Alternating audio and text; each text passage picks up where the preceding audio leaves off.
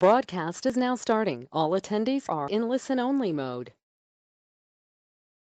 Hi, everyone. It's Chris Martini. I'm just going to give it another 30 seconds or so to see if there's any stragglers that are joining. Thank you.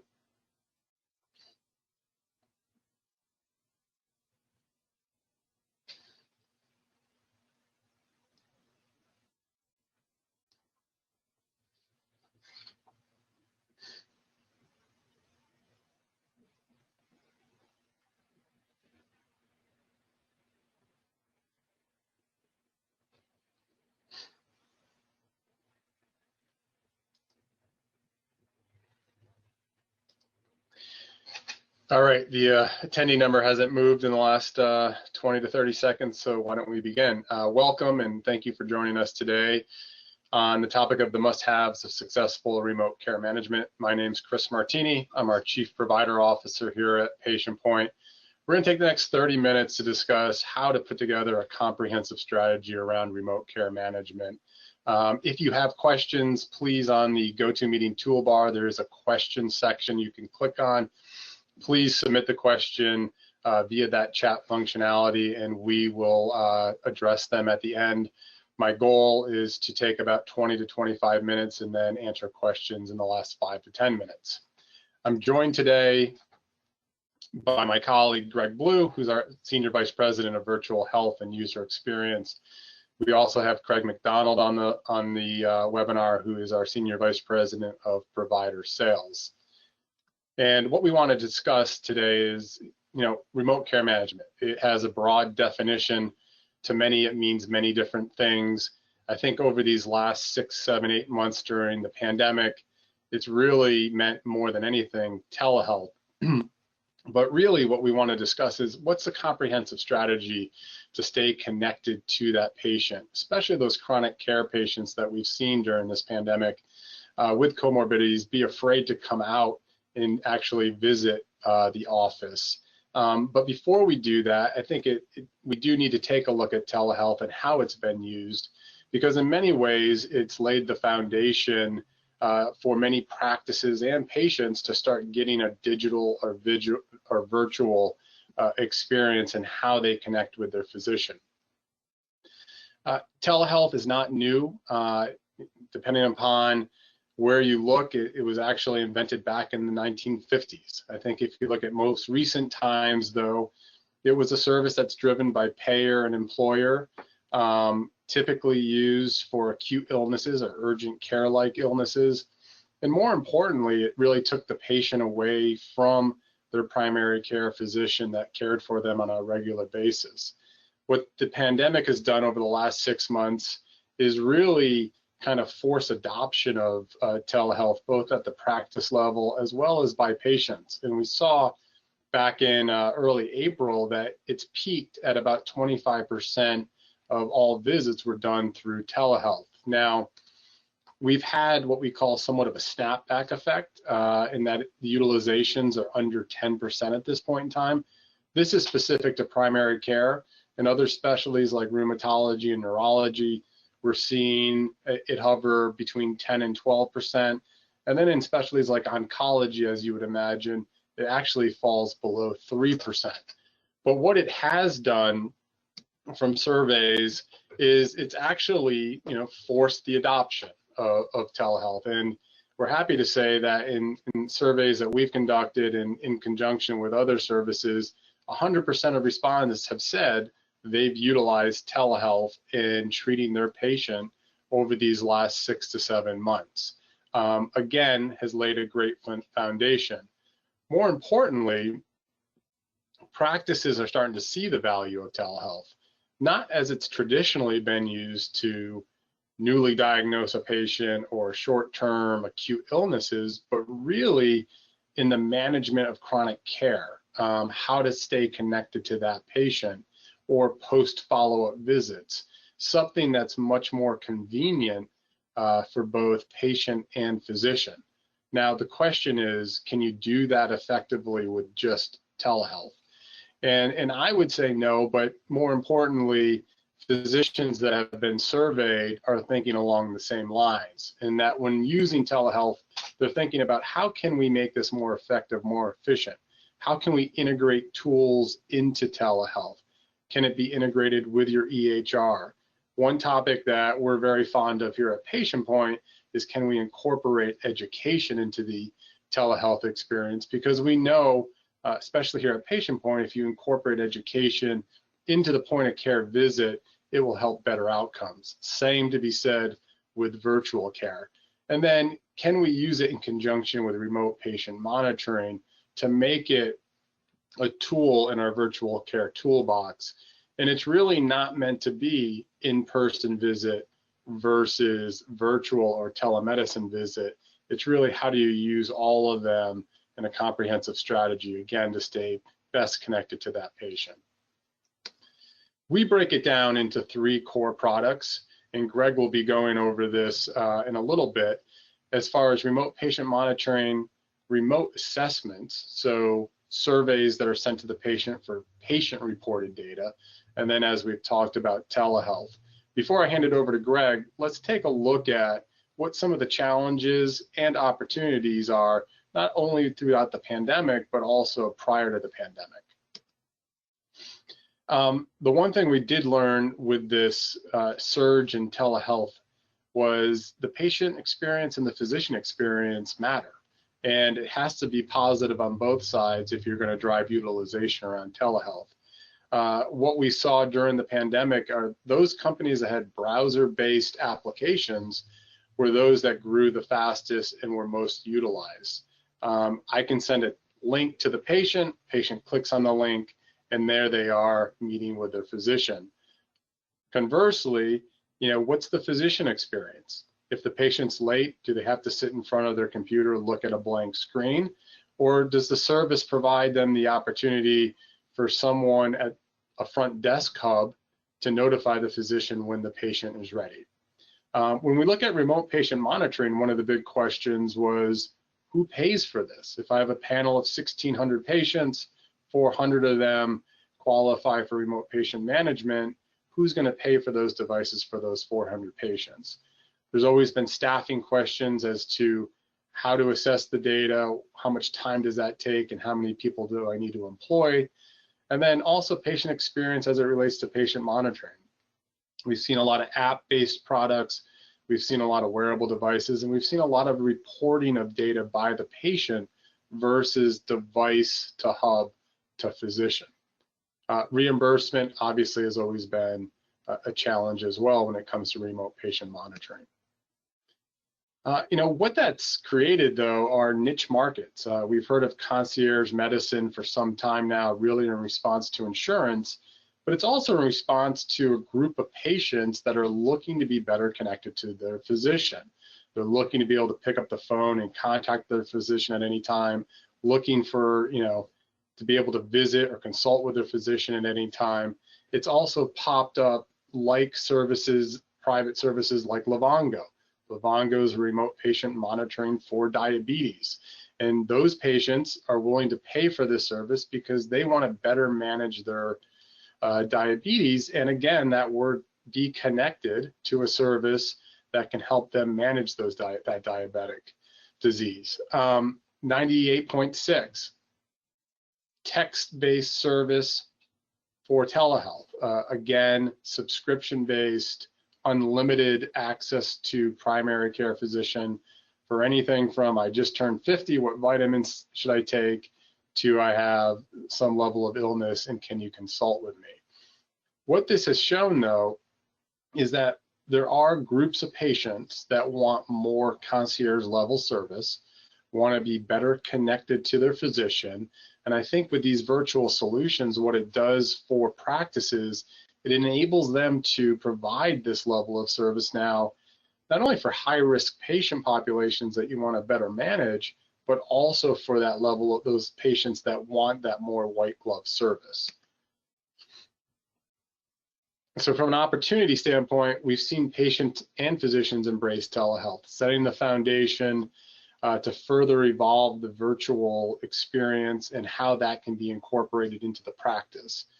We've seen patient-friendly solutions created, not only browser-based applications for telehealth, but now much more patient-friendly plug-and-play services around remote patient monitoring as well. And we've seen CMS now step up and start to pay for these services, while we know private payers will follow as been typical historically.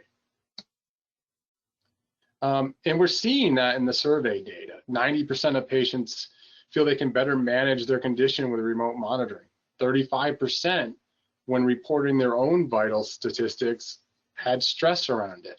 And 75% would be open to remote patient monitoring or a wearable device if prescribed by their physician. So history of telehealth has set the foundation.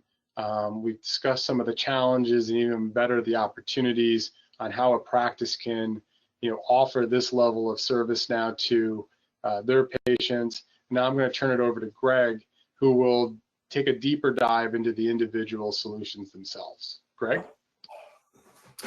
Thanks, Chris. So if we take another look at the way that we sort of break down these three areas, remote patient monitoring, remote assessments, and telehealth, we thought that it would be really good to just sort of make sure that we explain what each one of those are and give a sense of what are the things that you should look for as you start to evaluate each of these. And I'd underscore a couple of big themes before we dive in. One, as Chris said, experience matters. That's a huge one as you go looking at each one of these pieces. Two, workflow is king. So it's got to be able to fit within the way that you operate daily in your practice. And three, it's ideal if you can find a solution that will have a single solution that will cover all of these, versus there are ones that sort of cover small pieces of them, and then you got to figure out how to put them together. So if you can kind of outline or imagine as we go through these one solution that's kind of fully connected. So let's dive into the remote patient monitoring piece. This is the area where we're talking about physical devices that you're collecting data from patients. And again, for all of this, we're talking about longitudinal, both communication and data collection, so you can start to do some of that trending. If we take a look, next slide, we can start to look at some of the things to kind of keep an eye out for. Now, one of the big drawbacks that we've seen in some of the solutions is that they're, again, app-based. Sometimes bring your own device. There's a lot of connectivity issues. You may not have internet service that you're paying for. You gotta sort of set up accounts. It can be very cumbersome. So as you start to look for solutions, you want to start looking for those that are more out of the box. Once somebody's enrolled, the devices are all shipped, the accounts are already set up, and it truly is you plug it into the wall, you put your device on, and readings can start going. And then there are those that have auto connections to data lines that, through Verizon or AT&T or T-Mobile that are already in place, so that there's not an additional setup on that side. So that's an important piece, because the connectivity is key. And then one thing that we see that most people don't take into account when they're putting these solutions together, as Chris mentioned, these are reimbursable events. The device setup, the monitoring, the management, there's billing codes associated. And so you want to have a system that is able to help you streamline that process of collecting that time and getting the transmission for billing and claims. And there are solutions out there that do that. So that's a big one, but it's rare. So you want to try to find those, look at it, because you don't want to be trying to figure that out on your side, trying to figure out how to do that billing and claim support. You want something that's kind of in there. And then you want to make sure that you're tracking patient enrollment and all that good stuff too. So this is one that you want to look at. And then if we move on next to the remote assessments. So for all of this, if you start to think about triaging your population of patients into higher risk categories and then others, the remote devices and monitoring tends to be really good for those higher risk, high acuity patients where you need a lot of that. but it's not the only cohort of your population that can start to benefit from a lot of this. And so we also like to think about the remote assessment piece, where you're able to, over a longitudinal period of time, reach out to patients in an automated way at kind of a population level to start checking in and following up with those patients over time. And then maybe some of those start trending towards that higher acuity, maybe some don't, but it's a way for you to sort of manage and help to start to triage those. So a few things to look for in this space. Again, easy to implement and scalable. You want something where you can upload cohorts of patients at a population scale versus onesie twosie and have those go out. You also want to look for solutions that have templates of pre-built assessments and surveys and so forth. That makes it really easy, so you're not taking a lot of time building them yourself. But you also want to have those that have the customization options, so that there are certain things you may want to do with some patients that aren't included in those templates. So you want that customization piece. And then really important here is you're collecting a lot of data, but it doesn't matter if you can't get it back and make sense of it. So you want to look for something that helps you sort of triage and understand and be able to analyze that information with dashboards that are easy to use. So those are some big things to look at in the remote assessment platform piece. If we go to the next slide, telehealth, we talked about this a little bit before, and as Chris mentioned, again, this is a really important part of this for a couple of different reasons. One, from a patient experience standpoint, as you start to look at a lot of the remote care monitoring, you're doing a lot of things with technology that helps you scale it out, but you really want to make sure you're maintaining that human connection with your patients. And this really provides a really good kind of streamlined, efficient way to do that. But then second to that, it also helps you sort of have a convenient way for both of you to sort of get eyes on the patient. You can talk to them and triage whether they may need to come in for an actual visit before that gets set up. So a couple of big important pieces to have this tool in the toolbox. Things to look for, we've seen use, that's key. But from an experience standpoint, and Chris touched on this a little bit, you want browser based. You don't want to have to suddenly be presented with, go download an app. Now you got to figure that piece out. So browser-based is a winner. And then as patients are coming in, there's often this waiting room experience, just like there is in a physical point of care. And what we see in a lot of these solutions is it's wasted space. You've got a countdown timer and you're sort of sitting. And we think there's a real opportunity for educating the patient before they're coming in, maybe gathering some additional information to set up a more efficient and better patient exam.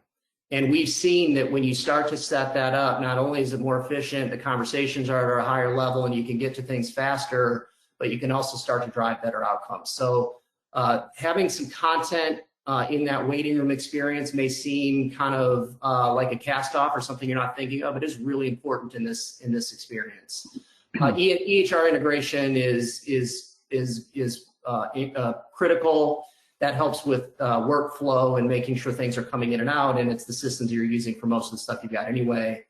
And then I think lastly, I would say when you're thinking about how to make this easy for the patients to use, just thinking about how they're receiving those invites and they're able to sort of get in there. You want to have kind of a multimodal, something that will have a multimodal approach. So whether they're like email or a text message, or if it's just coming through the browser, that you can support that, because that sort of ties into the sort of context and life way that they like to deal with their regular life and communicate. So that's kind of an important piece to consider with this.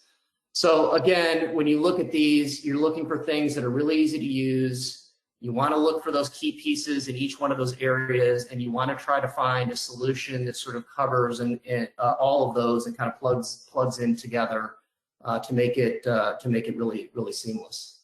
So with that, I'll turn it over to Chris again, and he can talk a little bit about planning and strategy around some of this. Great, thanks, Greg. Yeah, and the theme of this, obviously, I've said connected probably about 30 times during this webinar so far, but it really is the key word. And how are you tracking that patient throughout time versus getting snapshots in time? And from a virtual perspective, while I think most practices we speak to and interact with are saying we are doing that, a lot of it is manual calling, nurse time, trying to track down patients. And what virtual solutions do, as you just saw, was really automate that process for you, give you data over time, which enables you to react to that data as to how you want to triage that patient. And let's say you need the patient for a visit. Well, is it an in-person visit or is it a telehealth visit? And really be able to manage the patient better over time to avoid any acute episodic events that may occur, and in the end, save money. We have an offering through a partner with remote patient monitoring as well as remote assessments, just to be transparent with everyone on the webinar. We've gotten had a lot of meetings over the last 4 weeks. It's a very hot topic right now, and thus doing the webinar, but a lot of questions are around it.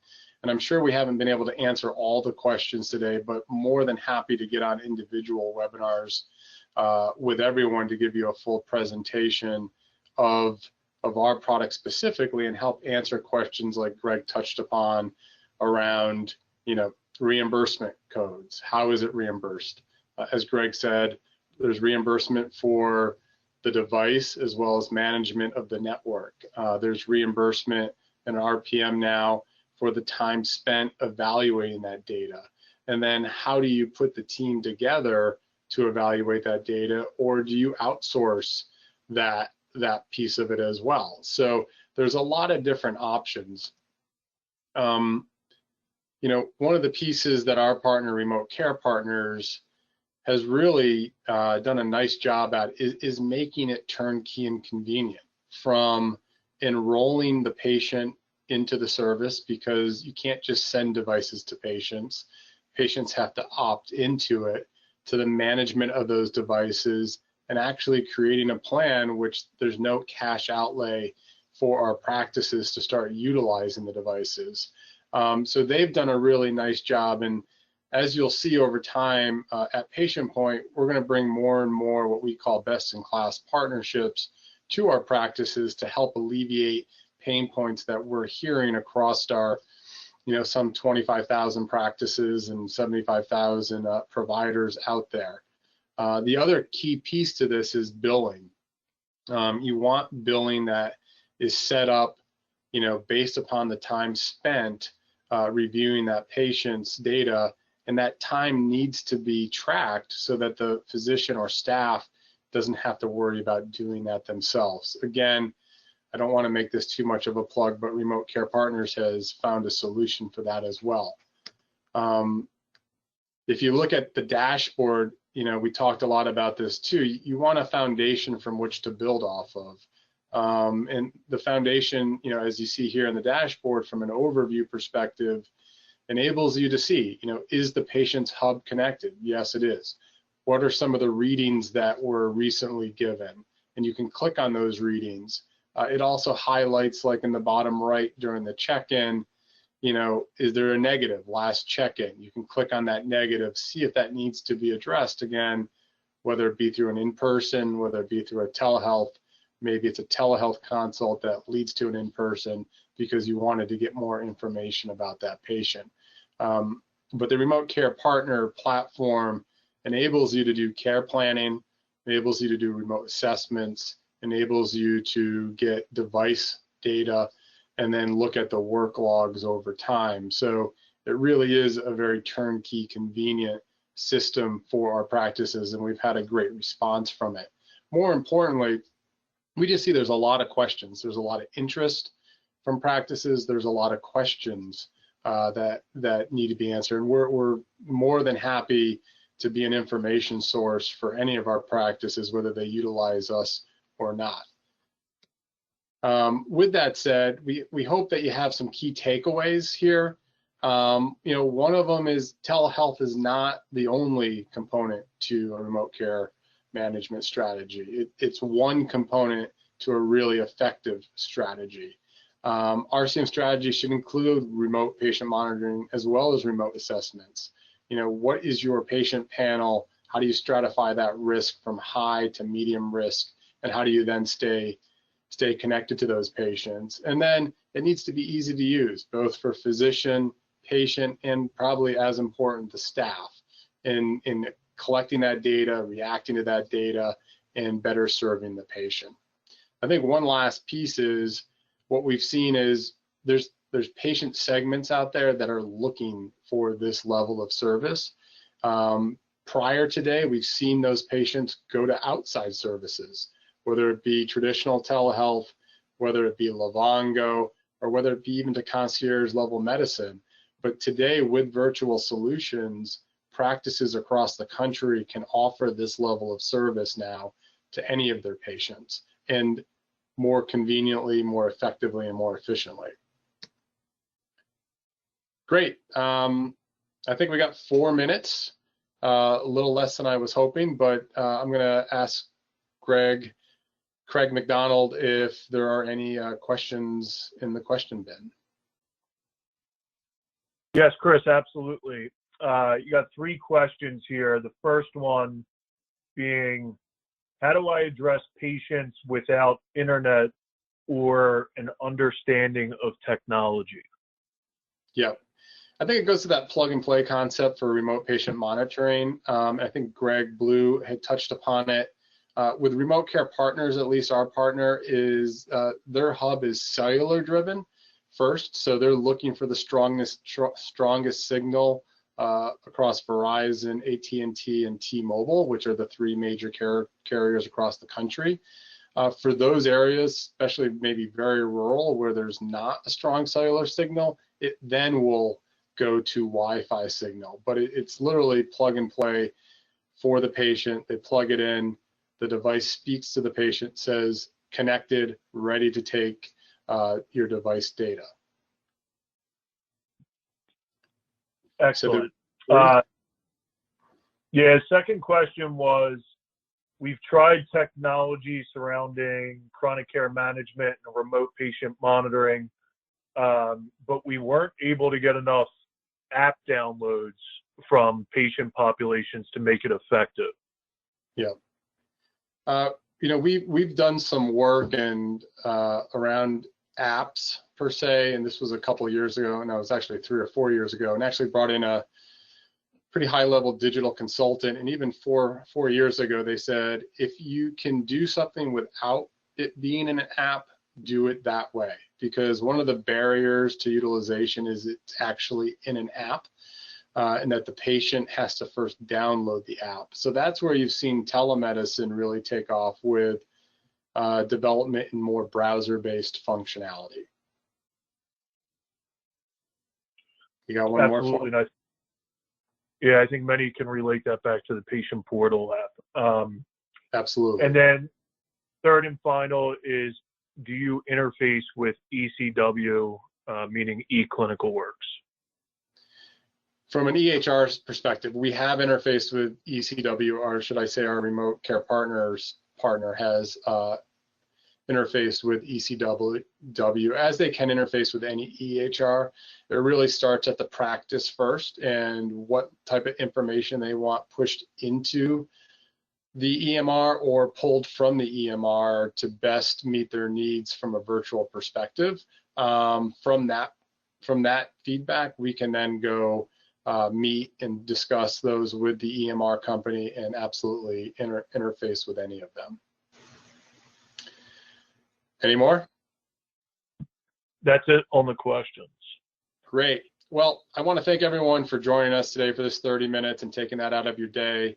Look for this to be one of many to come in discussing trending topics and best practices across our network of physicians. If you have any questions, you see my name and email at the bottom here, as well as Greg's.